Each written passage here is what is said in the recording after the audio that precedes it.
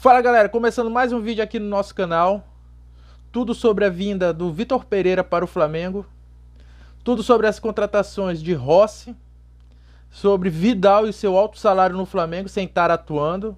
E sobre as lesões de Léo Pereira e Vitor Luiz. Tudo agora com a gente. Então deixe seu like, se inscreva no nosso canal e comentem o que vocês acham. Vamos para o vídeo? E falou, né, de uma forma franca, falou abertamente. A gente vai colocar aqui as aspas do Marcos Braz pra gente ler. E ele fala o seguinte: o Flamengo na Libertadores teve o maior aproveitamento da história de um clube. Ganhou 12 de 13 jogos.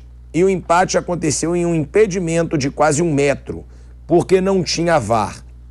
Temos confiança no grupo, que é vencedor e campeão. A gente tinha aqui dentro uma análise bem clara e bem transparente do que precisava fazer a troca do comando, de que precisava fazer a troca de comando.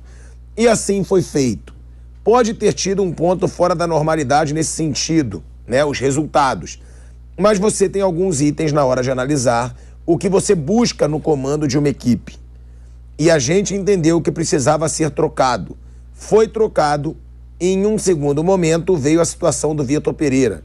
A gente entendia que teria que ser trocado. É diferente de ser trocado pelo Vitor Pereira. A gente entendia que tinha que ser trocado. Apenas isso. Questionado se o Flamengo procuraria outro profissional caso não tivesse Vitor Pereira no radar, ele foi enfático. Sim. Braz abordou também a chegada do Vitor Pereira.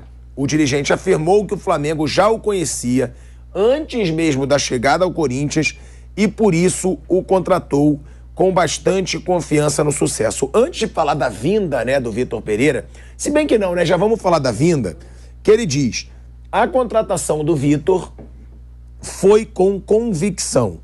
Isso é o mais importante para deixar claro. Não é porque perdemos 2 finais que vou mudar meu discurso. O Vitor não é um nome analisado no curto prazo pelo Flamengo. Já conhecia o trabalho, assim como o do Jorge Jesus. O Vitor ficou conhecido no Brasil pelo trabalho do Corinthians, mas nós já tínhamos outra análise. Inclusive, foi um dos avaliados para substituir o Renato Gaúcho no início de 2022. É um técnico que já está adaptado ao Brasil, o que contou muito. É profundo conhecedor dos adversários. Achamos que seria um facilitador enorme para um bom trabalho aqui. O dirigente admitiu, porém, que o Flamengo arriscou alto ao fazer a troca com o Mundial batendo a porta e diante de um intervalo de 38 dias entre o primeiro treino dado por Vitor Pereira e a estreia no torneio. Se eu não soubesse desse risco, não poderia estar no cargo que estou. A gente sabia desse risco. Você não pode imputar somente ao tempo de trabalho o resultado, que não foi o que queríamos entregar. A diretoria do presidente Rodolfo Landim está há 4 anos fazendo muita entrega, bem acima da média histórica do Flamengo. Foram 2 Libertadores, 2 brasileiros, 1 Recopa Sul-Americana e 2 Supercopas do Brasil. Tínhamos uma expectativa maior de chegar à final de um Mundial. Quando não se chega, é evidente que existem questionamentos. Vamos avaliar o que poderia ter sido feito melhor. Olha aí, a gente vai para um break rapidinho na Rádio Jovem Pan. Seguimos no YouTube. Eu achei, né, que ele foi franco, realmente. Pergunto até para você, Mauro, né, que você conhece muito dos bastidores do Flamengo, se você acha que realmente é verdade, que eles tiraram o Dorival dos planos antes de acertar com o Vitor Pereira. Eu acho difícil você tirar sem você ter já uma carta na manga. Agora, eu só discordo dessa última parte, que ele diz que sabia dos riscos. Então não fizesse, porque eu acho que é muito importante pro Flamengo Mundial. Não interessa o recorde histórico do Dorival, sei que você não é um admirador do Mundial, mas o torcedor do Flamengo sonhava, tem até na música, quero o mundo de novo. Então eu acho que o Mundial deveria ser mais levado a sério, de que se soubesse que um treinador não teria tempo de trabalho, fazia todo o planejamento, mas trazia esse cara depois do Mundial, porque eu acho que o torcedor, inclusive que viajou, foi pro Marrocos, queria muito esse Mundial de Clubes, apesar de saber que era difícil bater um Real Madrid. Mas com a comissão técnica anterior, não havia nenhum sinal de que o Flamengo seria competitivo nesse Mundial. Nenhum sinal. O final do ano do Flamengo foi de um desempenho sofrível, ganhou os títulos jogando menos do que poderia, deveria, e já vinha... Um jogo que eu me lembro bem, assim, que para mim ali foi um jogo que já deu o primeiro sinal de uma queda clara de rendimento da equipe, foi contra o São Paulo. O Flamengo jogou menos que o São Paulo, foi dominado pelo São Paulo, mas ganhou de 3-1. 3-1.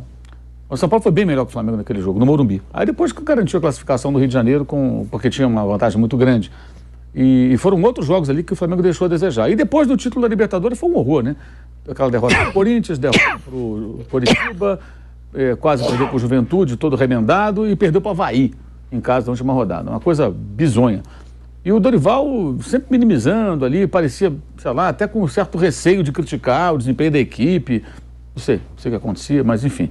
Então, assim, também não acho que o Flamengo iria sair melhor se ele ficasse, não. O Flamengo deu azar de terminar o ano com o título, mas com uma queda de rendimento, e o torneio só aconteceria depois, né? Ou seja, nem dá para tentar mobilizar ali e pegar um embalo. Mas eu acho que, assim, diante disso, o mais importante é que eles, dessa vez, mantenham a comissão técnica e deixem que essa comissão técnica consiga produzir algo, porque não dá para ficar nessa pilha de quem fica pedindo para trocar técnico toda hora. Essa pilha que eu falo é torcedor e parte da imprensa. Ah, se perder pro Botafogo no sábado depois do Carnaval, eu não sei não. Não sei não o quê, meu irmão? Pô, deixa o cara lá, perder pro Botafogo, dane-se.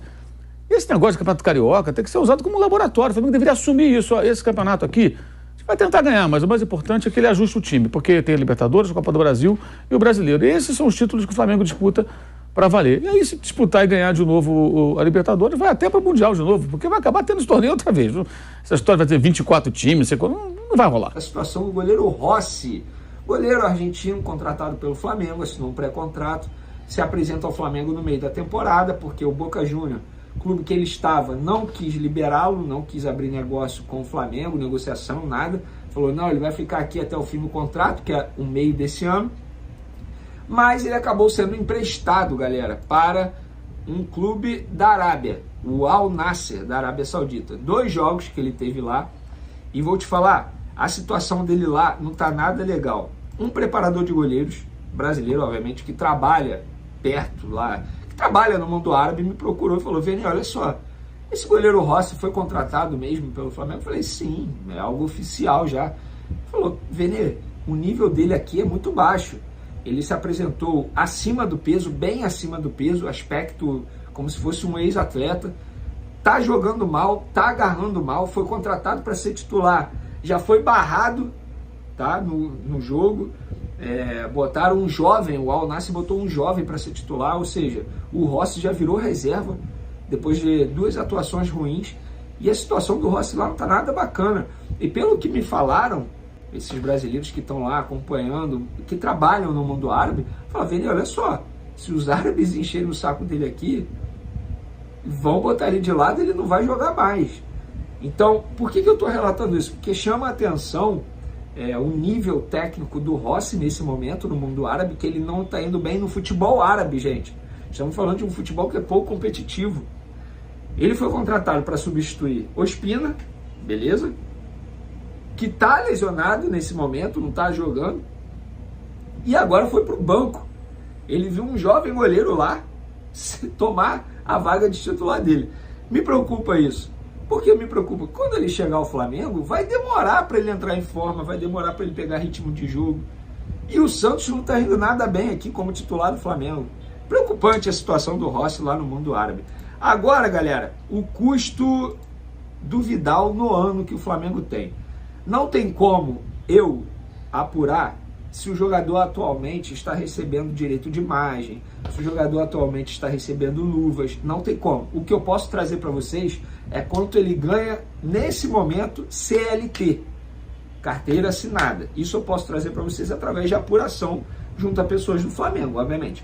O que me relataram é o seguinte, Vene, ele ganha aqui 588 mil, e aí isso no ano, são 12 meses, obviamente, tem 13º, enfim, imposto que o Flamengo paga, isso tudo está incluído.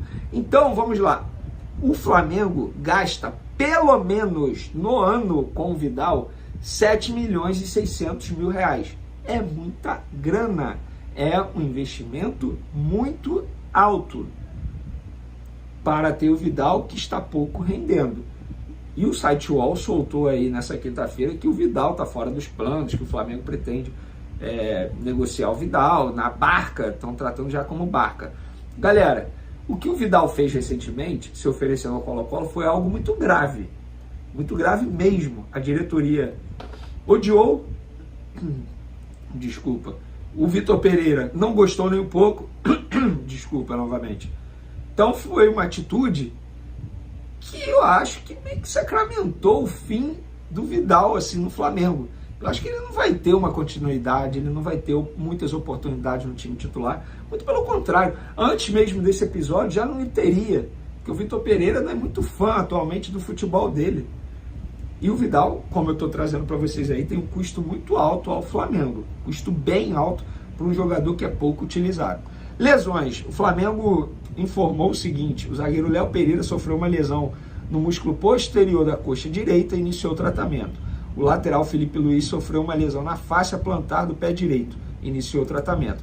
Pelo que me relataram, a lesão do Léo Pereira é grave e preocupa demais para a Recopa Sul-Americana, que é agora, primeiro jogo dia 21, segundo jogo dia 28 de fevereiro. Estamos falando de 2 partidas que são daqui a alguns dias, no fim desse mês. Me relataram no Flamengo que dificilmente o Léo Pereira estará à disposição para a Recopa. Vamos torcer para que ele se recupere a tempo, porque é um jogador importante? Sim. Fabrício Bruno merece ser titular? Sim. Não seria na vaga do Léo Pereira, na minha opinião, seria na vaga do Davi Luiz. Mas com o Léo Pereira lesionado, entra o Fabrício Bruno e fica Fabrício Bruno e Davi Luiz. Vem aí o Pablo.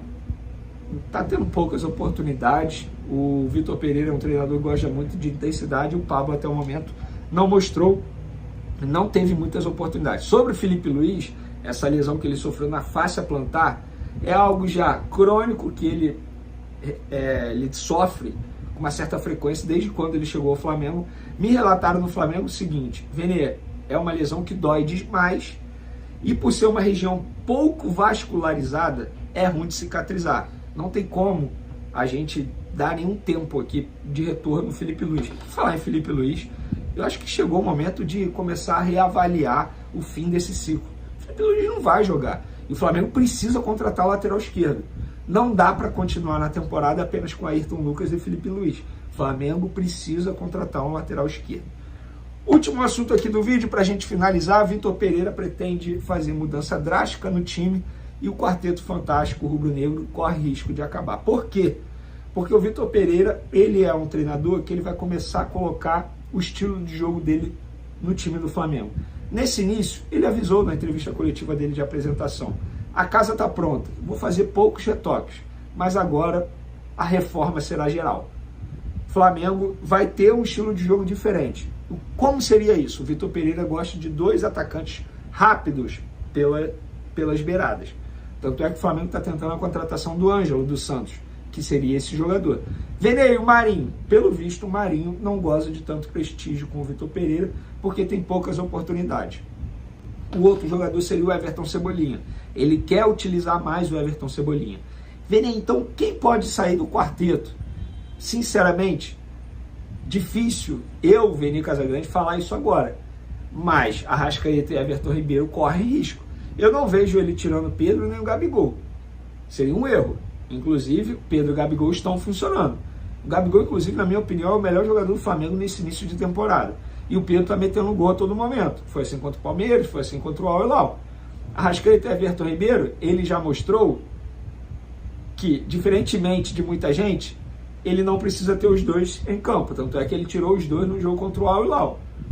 E o Arrascaeta tem pouca intensidade, não tem características de um jogador que o Vitor Pereira deseja. O Everton Ribeiro, a gente sabe que está com idade avançada. E aí a briga, na minha opinião, vai ser entre Arrascaeta e Everton Ribeiro. Mas fato é que a informação que eu tenho, a apuração que eu tenho, é que o Vitor Pereira pretende fazer mudança, botar o estilo dele nesse time do Flamengo, e isso faz com que o Quarteto Fantástico corra risco de acabar. Pois é, vamos ver. O Flamengo está se preparando para pegar o Al-Ahly no sábado, 12h30, horário de Brasília, pela disputa do 3º lugar do Mundial. Sem Felipe Luiz, sem Léo Pereira e sem Gerson, que foi expulso. Galera, terminando os vídeos aqui, na minha opinião, eu não tiraria o Dorival Júnior do time, não contrataria Vitor Pereira, até porque ele não ganhou nada ano passado no Corinthians, entendeu? Na minha visão, o Vitor Pereira é praticamente um Paulo Souza, entendeu? Ele vai querer mexer no time e vai mexer mal, que nem o Paulo Souza mexia. Isso já está acontecendo, né? Você pode ver colocando Marinho para jogar de lateral. Ele tá tirando Arrascaeta e Everton Ribeiro, que são os criadores do time. Entendeu? Já sobre a contratação do goleiro Rossi, eu também uma outra contratação que eu não faria, até porque ele vinha sendo banco no Boca Juniors. Os números dele lá na Arábia Saudita já praticamente contam tudo que é o goleiro, né? Se você forem ver as notícias, ele vem numa fase ruim, já foi até pro banco. E já sobre o Felipe Luiz, eu acho que o ciclo dele era para ter acabado junto com os Diegos, né? O Riba e o Alves, entendeu? Felipe Luiz, que é um bom jogador, mas que já está com uma idade meio avançada, e o Flamengo precisa de um lateral esquerdo, porque só o Ayrton Lucas não vai dar certo. Beleza pura, gente? Então, acabando mais um vídeo aí. Não esqueçam de se inscrever no canal, de curtir, e que toda semana, todo dia, tem vídeo aqui no canal Emerson Dourado. Beleza?